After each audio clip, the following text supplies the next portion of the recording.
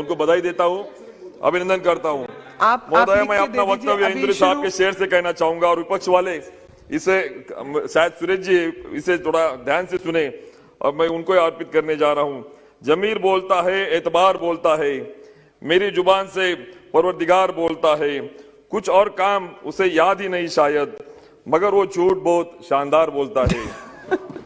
विपक्ष के लोग राष्ट्रपति अभिभाषण से लेके आज के अभी बजट तक चर्चा में मैंने पूरा ध्यान देके देखा कि तथ्यों पर ना लगे, बेबुनियाद आरोप लेके झूठे भाषण और प्रधानमंत्री जी को नीचा दिखाने का काम किया है।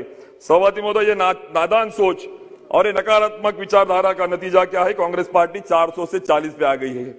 मुझे लगता है विपक्ष वाले ये बात समझ ले कि जितना कीचड़ उछाओगे उतना ही कमल खिलेगा। और महोदय, 3 दिन से चर्चा सुन रहा हूं, आज हर एक नेता का भाषण सारांश क्या है? शेतकरी किसान विरोधी, कामगार विरोधी, आम आदमी विरोधी। मुझे लगता है कि एमएस स्वामीनाथन का जो कमीशन जो था, उनका रिपोर्ट इनके सरकार के काल में यहां आया, but the commissions were only for submissions, not for implementation.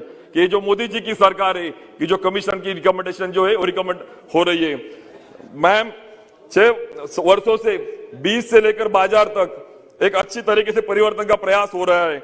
Ma'am, मैं बोलूं एक करना चाहूं तो मैम, इनके ही नेता महाराष्ट्र सरकार में शरद पवार जी जब थे 2011 में, मैं दोहराऊंगा नहीं मैम, लेकिन रिकमेंडेशन कर रहे थे सीएम लोगों को कि मुझे लिबराइजेशन चाहिए इंफ्रास्ट्रक्चर के लिए। उनको बोल रहे थे कि कॉन्ट्रैक्ट फार्मिंग को आगे बढ़ाओ। लेकिन महोदय, कथनी और करने में फर्क है। अवसरवादी होने का ये सबसे बड़ा उदाहरण है। महोदय, जिनकी सरकार आज से 15 साल पहले ये काम करना चाहती थी, वही मोदी जी का अंजाम है। कोई मुद्दा ना होने के कारण ये सिर्फ आंदोलन कर रहे। महोदय, महाराष्ट्र में 2006 में इनके कांग्रेस विचारों वालों की सरकार थी। उसी वक्त उन्होंने एक्चुअली प्राइवेट मार्केट कमेटी का बिल लाया, उन्होंने लाइसेंसिंग दिया, कॉन्ट्रैक्ट फार्मिंग करवाया। और आज अभी यहाँ पे मुझे लग रहा है ये जो दोहरी नीति है ये सब किसानों के ध्यान में आ रही है।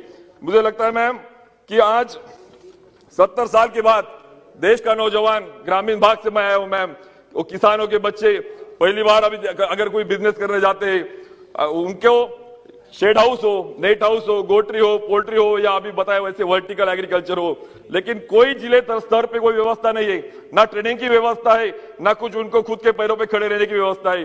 First time after the 70 years ma'am, budget में 1 लाख करोड़ का इंफ्रास्ट्रक्चर एग्रीकल्चर फंड जो है कि जिससे ग्रेडिंग, पैकिंग, उससे जाके प्रोसेसिंग, राइपनिंग चैम्बर जैसे और वर्टिकल एग्रीकल्चर जैसे एग्रीकल्चर इंफ्रास्ट्रक्चर होके मुझे लगता है उनके पैरों पे खड़े होंगे। मैम, दूसरी बात मैं कहना चाहता हूँ कि एनिमल हस्बेंड्री इंफ्रास्ट्रक्चर फंड कि जो एक्चुअली डेयरी जो यूनिट्स है वो आगे लेके, मैडम 1-2 मिनट में लेना चाहता हूँ मैम। 2 मिनट नहीं है मैम, प्रधानमंत्री मत्स्य संपदा योजना जो फिशरीज बायोफ्लाक्स से लेके आज वो तकनीकी यहाँ पे आ रही है मैम। पॉइंटेड अपने क्षेत्र का कुछ कहना है तो बोलिए। बोल रहा हूँ मैम, आखिरी बात पे जा रहा हूँ मैम। बी कीपिंग जो महिलाओं के लिए बजट में प्रावधान है, किसी ने मैं दोहराऊंगा नहीं कोई बात, लेकिन बी कीपिंग से मैम पॉलिनेशन होगा, एनवायरमेंट प्रोटेक्ट होगा, इकोलॉजी, जियोलॉजी, बायोडाइवर्सिटी और सस्टेनेबल एग्रीकल्चर फार्मिंग की बात मेरी सरकार कर रही है। और मुझे लगता है सिक्किम जाके हमारे पीएम ऑर्गेनिक स्टेट प्रमोट कर रहे हैं और मुझे लगता है ये बात इनके ध्यान में आना चाहिए मैम। आगे जाके मैं आखिरी बात कहूंगा, मैं जिस स्टेट से आता हूं महाराष्ट्र से, छत्रपती शिवाजी महाराज कहते थे कुणी जर मिरचीच्या देठाला शेतकऱ्याचा हात लावेल तर त्याचा बोट कलम करून टाका। और इन्होंने 70 साल में इनकी व्यवस्था जो थी, जो मार्केट की इनकी व्यवस्था थी, कमीशन लिए, ब्रोकरेजेस लिए, मार्केट फीस लगाई।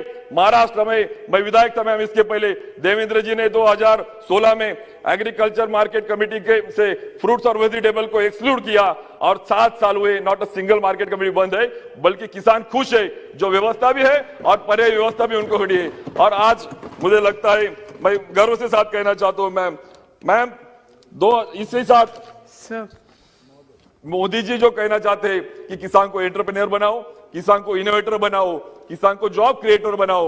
मैम, आखिरी 1 मिनट लूंगा, सारे किसानों को गुमराह करना बंद कर दे मैम।